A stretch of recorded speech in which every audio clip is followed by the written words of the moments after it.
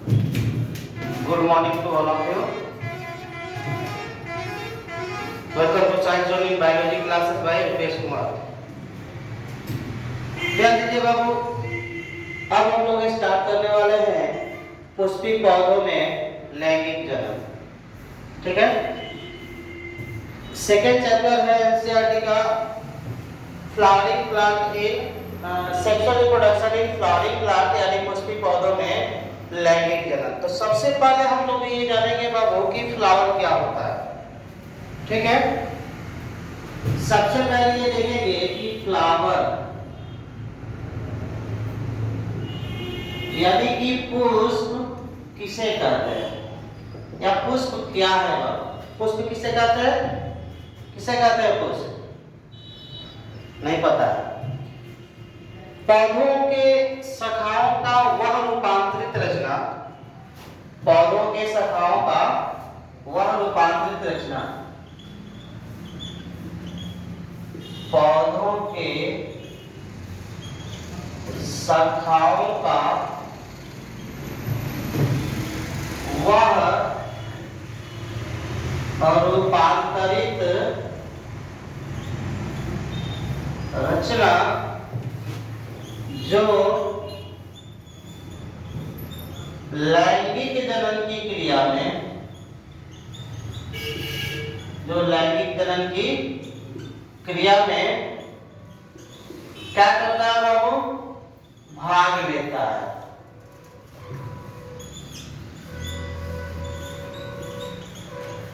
उसे पुष्प कहते हैं। ठीक है, पौधों के शाखाओं का वह रूपांतरित रचना, नोट कर लीजिएगा, पौधों के शाखाओं का वह रूपांतरित रचना जो लैंगिक जनन की क्रिया में भाग लेता है उसे पुष्प कहते हैं। ठीक है, एक और परिभाषा बताया जाता है बाबू कि फ्लावर क्या है, तो छोटे शब्दों में बताया जाता है कि सेक्सुअल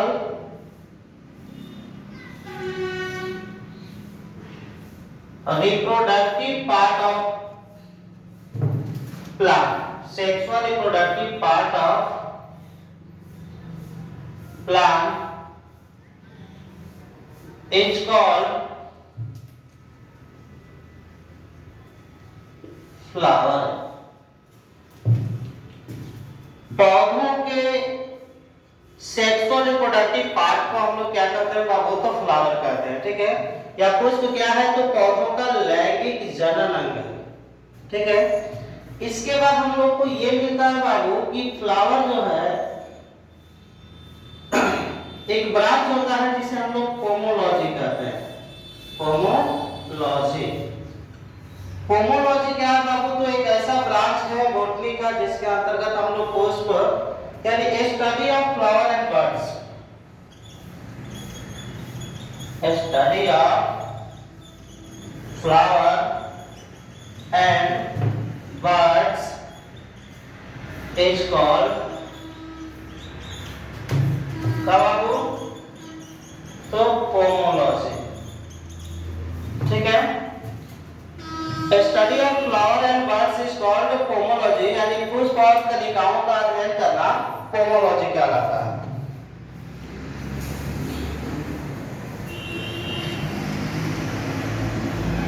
पुष्प एवं कलिकाओं का अध्ययन करना क्या कहलाता है, पोमोलॉजी कहलाता है। इसके बाद हम लोग को बाबू मिलता है टाइप्स ऑफ फ्लावर, पुष्प के प्रकार। तो आपको पता होना चाहिए बाबू कि पुष्प के दो प्रकार होता है, एक होता है यूनिसेक्सुअल और दूसरा होता है बाबू बाइसेक्सुअल। यूनिसेक्सुअल अर्थात कि वे पुष्प जिनमें केवल एक ही जनन अंग पाया जाता है उन्हें एक लिंगी पुष्प कहते हैं। क्या कहते हैं बाबू, तो एक लिंगी।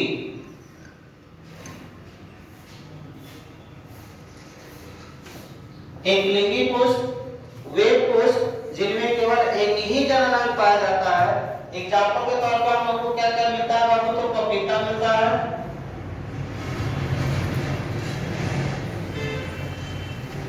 खजूर मिलता है,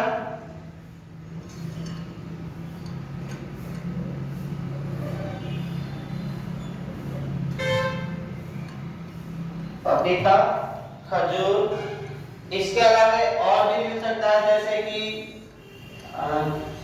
कद्दू,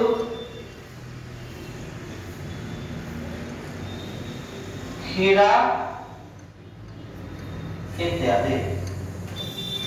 तो वे पुष्प जिनमें केवल एक ही जननांग पाया जाता है उसे यूनिसेक्सुअल फ्लावर कहते हैं, और वे पुष्प जिनमें दोनों जननांग यानी मेल और फीमेल रिप्रोडक्टिव पार्ट सब एक ही पुष्प के अंदर होंगे तो उसे बाइसेक्सुअल फ्लावर यानी द्विलिंगी या उभयलिंगी, द्विलिंगी या उभयलिंगी पुष्प कहते हैं। जैसे नारियल, गुलाब, अड़हुल, ये सब होता है। तो ये हो गया बाबू क्या, तो पुष्प के प्रकार। पुष्प दो प्रकार का हो गया, एक लिंगी पुष्प और द्विलिंगी पुष्प। एक लिंगी पुष्प किसे कहे बाबू, तो वे पुष्प जिनमें केवल एक ही जननांग पाया जाता है उन्हें एक लिंगी पुष्प कहते हैं। एग्जाम्पल के तौर पर मिल गया हम लोग को पपीता मिल गया, खजूर मिल गया, कद्दू मिल गया, खीरा, ये सब एक लिंगी पुष्प होता है। ठीक है। अब द्विलिंगी पुष्प में क्या होता है, बाइसेक्सुअल फ्लावर किसे कहते हैं। ठीक है। तो वे पुष्प जिनमें दोनों जननांग यानी नर और मादा, ठीक है, जब दोनों जननांग एक ही पुष्प में मिलेगा तो उस पुष्प को हम लोग द्विलिंगी या उभयलिंगी पुष्प कहते हैं। जैसे अड़हुल, धतूरा, अड़हुल, धतूरा। इसके अलावा और भी फ्लावर मिल सकता है आपको, ठीक है ना। तो ये हो गया पुष्प के प्रकार। अब एक बहुत इंपॉर्टेंट बात जिसको हम लोग इनफ्लोरेसेंस कहते हैं।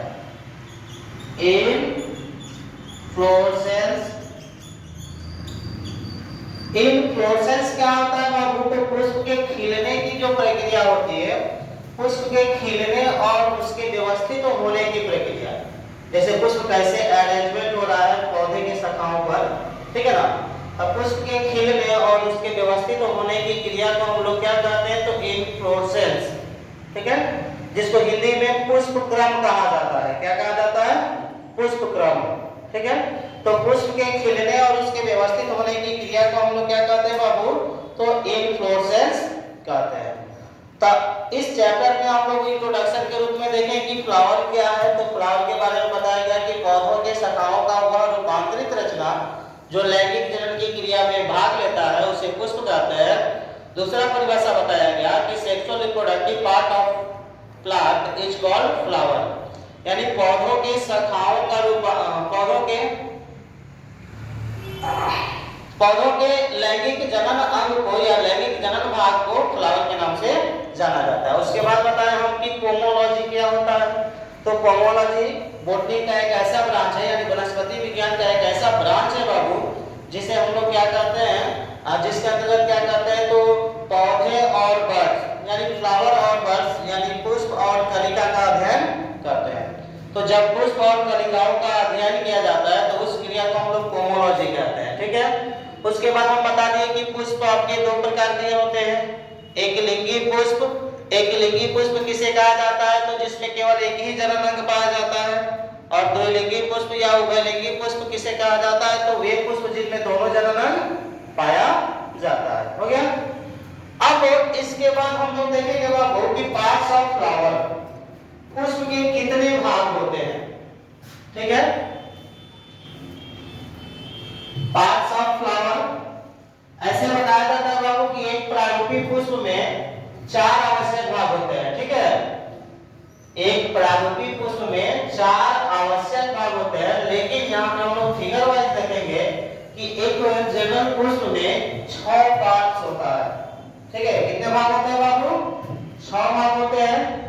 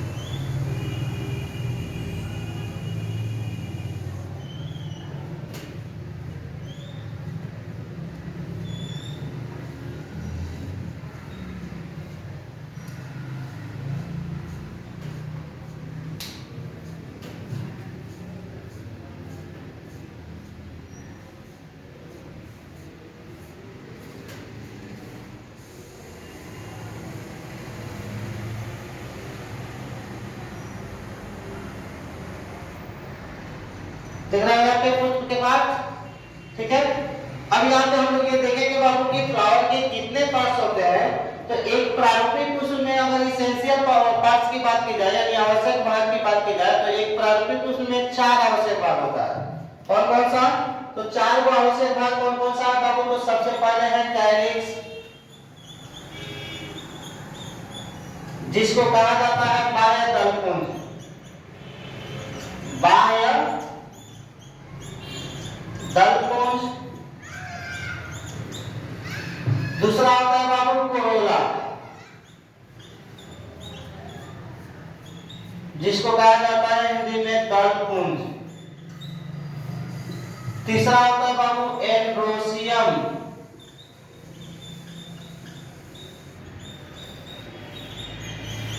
जिसको हिंदी में कहा जाता है कुमांग, ठीक है। अब चौथा होता है बाबू गाइनोसियम,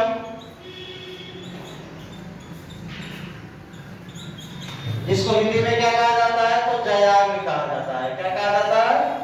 जयाग, ठीक है। तो एक प्रारूपिक पुष्प के 6 आवश्यक भाग हो गए। कितने आवश्यक भाग हो गए? 6, ठीक है। कौन कौन? तो पहला बताया गया कैलिक्स, दूसरा कोरोला, तीसरा एंड्रोसियम और चौथा गाइनोसियम,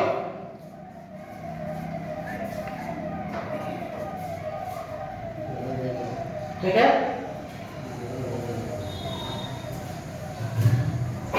तो एक प्रारूपिक पुष्प के 4 को भाग हो गया, लेकिन 2 को पार्ट्स और होता है, जिसमें ये होता है बाबू एक डंठल जैसी रचना जिसको पेडिकिल कहते हैं। पेडिकिल यानी पुष्प वृंत, पुष्प वृंत। और एक और होता है जिसको हम लोग कहते हैं पुष्पासन यानी थाइलेमस। थाइलेमस को हिंदी में कहते हैं क्या बाबू? तो पुष्पासन अर्थात पुष्प का आसन, ठीक है। अब ध्यान दीजिए, अगर कोई पूछ दे कि एक पुष्प में कितने आवश्यक भाग होते हैं, कितने आवश्यक भाग होते हैं, तो आवश्यक भाग की संख्या पुष्प में 4 होती है। कितनी होती है बाबू? 4, ठीक है। और जनरली पूछ दिया जाए कि एक पुष्प के कितने पार्ट्स होते हैं, तो कितने पार्ट्स होते हैं? तो 4 को हो और ये 2, क्या हो गया? 6, सब होगा ना। तो एक प्रारूपिक पुष्प में 4 आवश्यक भाग, लेकिन एक जनरल पुष्प में 6 को पार्ट्स होता है। क्या होता है? 6। सबसे पहले हम देखेंगे किस चीज के बारे में बाबू? तो कैलिक्स के बारे में। किसके बारे में? कैलिक्स यानी बाह्य दलपुंज, ठीक है। तो बाह्य दलपुंज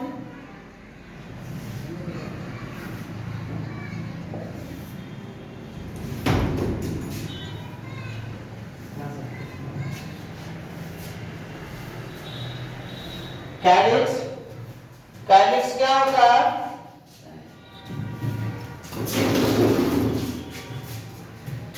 कैलिक्स किसे कहते हैं बाबू?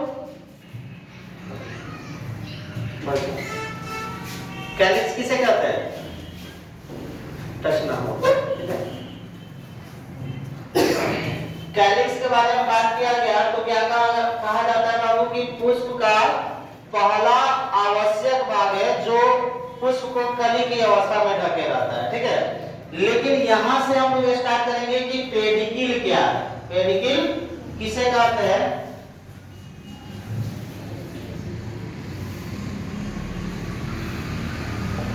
पेडिकिल किसे कहते हैं? तो वह डंठल नुमा रचना जिसकी सहायता से पुष्प पौधों के शाखाओं से जुड़ा होता है, ठीक है। वह डंठल नुमा रचना जिसकी सहायता से पुष्प पौधों के शाखाओं से जुड़ा रहता है, उस पार्ट को, उस रचना को हम लोग क्या कहते हैं बाबू? पेडिकिल कहते हैं, अर्थात पुष्प वृंत कहते हैं। पुष्प वृंत के उपस्थिति या अनुपस्थिति के आधार पर पुष्प को 2 भागों में बांटा गया है। पता है ना, कभी बताए होंगे, ठीक है। एक होता है बाबू पेडिसिलेटेड फ्लावर, पेडिसिलेटेड फ्लावर अर्थात कि वे पुष्प जिनमें एक डंठल जैसी रचना लगी होती है उन्हें पेडिसिलेटेड फ्लावर कहते हैं। जैसे गुलाब, उसमें एक डंठल होता है, गुड़हल, उसमें भी एक डंठल होता है, ठीक है। धतूरा, उसमें भी एक डंठल होता है। अर्थात अधिकांश पुष्पों में क्या होता है, तो एक डंठल जैसी रचना पाई जाती है। तो उन पुष्पों को हम लोग क्या कहते हैं बाबू, तो पेडिसिलेटेड फ्लावर कहते हैं। क्या कहते हैं, पेडिसिलेटेड फ्लावर। ठीक है, दूसरा आता है बाबू ए पेडिसिलेटेड फ्लावर। ए पेडिसिलेटेड फ्लावर अर्थात कि वे पुष्प जिनमें कोई भी डंठल जैसी रचना नहीं होती है। सिंगल पुष्प जो होता है पौधों के शीर्ष पर विकसित होता है। ठीक है, जैसे सूर्यमुखी, उसमें अलग से तो कोई डंठल जैसी रचना नहीं पाई जाती है, पाई जाती है। सूर्यमुखी हो गया, और सूर्यमुखी कुल के जितने भी पुष्प होते हैं सब क्या होते हैं बाबू, तो एक पेडिसिलेटेड फ्लावर कहलाते हैं। ठीक है, इसके बाद हम लोग का जो दूसरा पार्ट है बाबू, थाइलेमस। क्या है, थाइलेमस। तो थाइलेमस किसे कहते हैं, तो वह प्याले नुमा रचना जिस पर पुष्प के सभी आवश्यक भाग मौजूद होते हैं। ठीक है, वह प्याले नुमा रचना जिस पर पुष्प के सभी आवश्यक भाग क्या होते हैं, मौजूद होते हैं, उस भाग को हम लोग क्या कहते हैं बाबू, तो पुष्पासन कहते हैं। क्या कहते हैं, पुष्पासन कहते हैं। ठीक है, अब है ये तीसरी रचना जो पुष्प का पहला आवश्यक भाग कहलाता है। ठीक है, कैलिक्स के बारे में क्या बताया जाता है बाबू, तो पुष्प का यह पहला आवश्यक चक्र है जो पुष्प को कली की अवस्था में ढके रहता है। देखिएगा कि पुष्प कली की अवस्था में जिस हरे रंग के परत के द्वारा ढका रहता है ना, उस परत को हम लोग क्या कहते हैं बाबू, बाह्य दलपुंज कहते हैं। क्या कहते हैं, बाह्य दलपुंज कहते हैं, जो हमेशा हरे रंग का होता है। किस रंग का होता है, हरे रंग का होता है। और इसके इकाई को, क्योंकि पुंज का मतलब क्या होता है बाबू, तो समूह। पुंज का मतलब समूह होता है ना, तो बाह्य दलपुंज का जो इकाई होता है उसको हम लोग सेपल कहते हैं। क्या कहते हैं बाबू, सेपल कहते हैं। ठीक है, कवर होता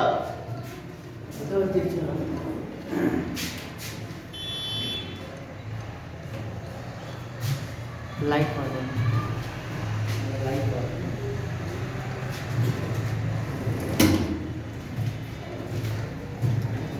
पड़ दो ये।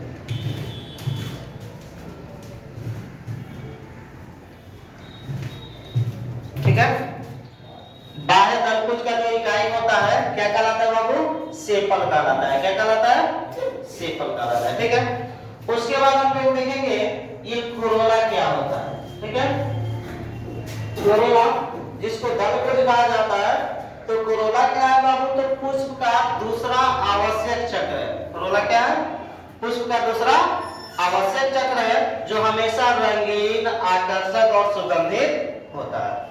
पुष्प की पंखुड़ियां जो होती है ना, उसी को हम लोग क्या कहते हैं बाबू, तो कोरोला कहते हैं। क्या कहते हैं, कोरोला, जो सुगंधित भी होता है, आकर्षक भी होता है और रंगीन भी होता है।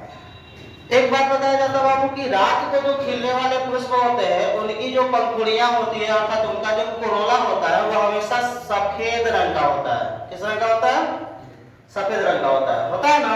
जैसे रात रानी होता है, चमेली, ये सब रात को खिलने वाले पुष्प हैं। तो रात को खिलने वाले जितने भी पुष्प होंगे उनका कोरोला कैसा होगा बाबू, सफेद रंग का होगा। किस रंग का होगा, सफेद रंग का। ठीक है, इसके बाद हम लोग देखते हैं कि जो दलपुंज होता है बाबू, इसके इकाई को हम लोग पेटल कहते हैं। क्या कहते हैं, पेटल, यानी दलपत्र कहते हैं। क्या कहते हैं, दलपत्र। सेपल और पेटल, इन दोनों में एक खास संबंध होता है। इन दोनों में क्या होता है, एक खास संबंध होता है। अर्थात पेटल और सेपल की संख्या जो होती है पुष्प के एक चक्र में क्या होती है, तो लगभग बराबर होती है। लगभग क्या होती है बाबू, बराबर होती है। ठीक है, यानी जितनी संख्या सेपल की होगी एक चक्र में, उतनी ही संख्या पेटल की होगी एक चक्र में। अंतर यही होता है कि पेटल और सेपल ये दोनों फ्यूज भी मिल सकता है, दोनों ओवरलैप भी मिल सकता है। ठीक है, अब है एंड्रोसियम। एंड्रोसियम क्या है बाबू, तो पुष्प का नर जनन भाग है।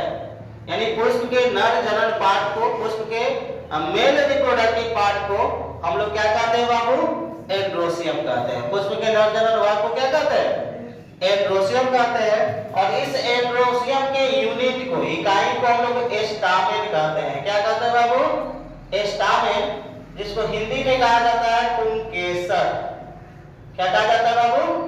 पुंकेसर। ठीक है, एंड्रोसियम के इकाई को स्टामेन यानी पुंकेसर के नाम से जाना जाता है। ठीक है, इसके बाद हो गया बाबू गाइनोसियम। गाइनोसियम क्या है? तो इसके बारे में बताया जाता है कि female reproductive part of flower, female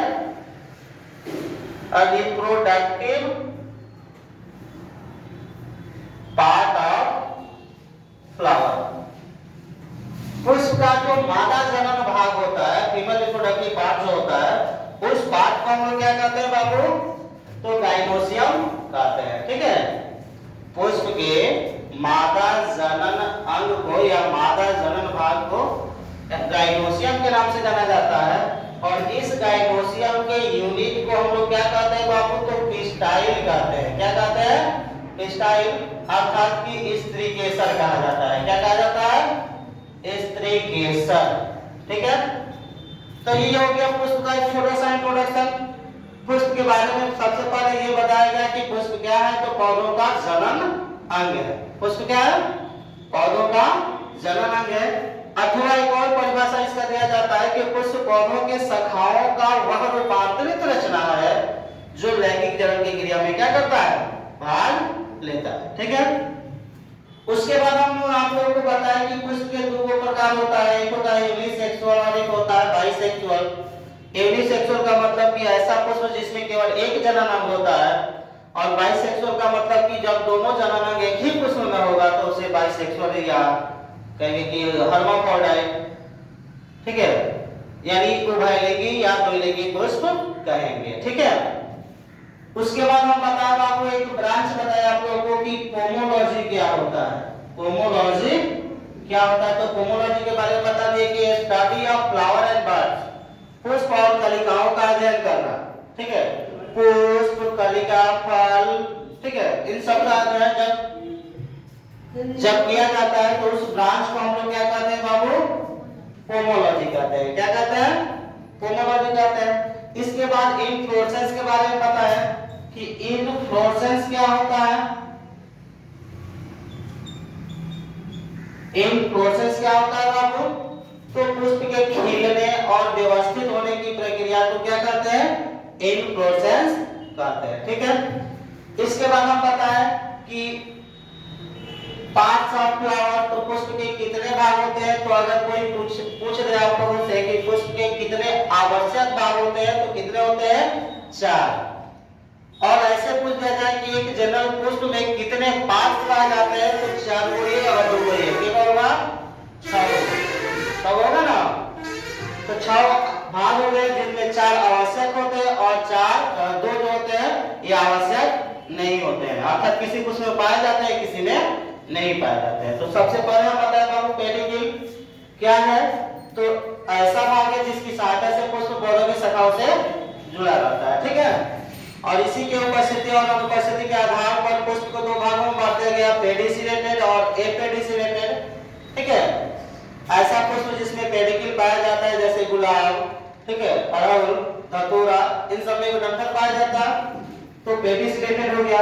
और सूरजमुखी कुल के जितने भी पुष्प होते हैं उनमें कोई अलग से पेडिकल नहीं पाया जाता है जिसको एपेडिसिलेटेड फ्लावर कहेंगे। इसके बाद थाइलेमस बताया गया, ऐसा रचना जिसमें पुष्प के 4 आवश्यक भाग क्या होते हैं? मौजूद होते हैं। पुष्पासन, पुष्प का आसन, है ना। तो ये छोटा सा इंट्रोडक्शन हुआ। ठीक है,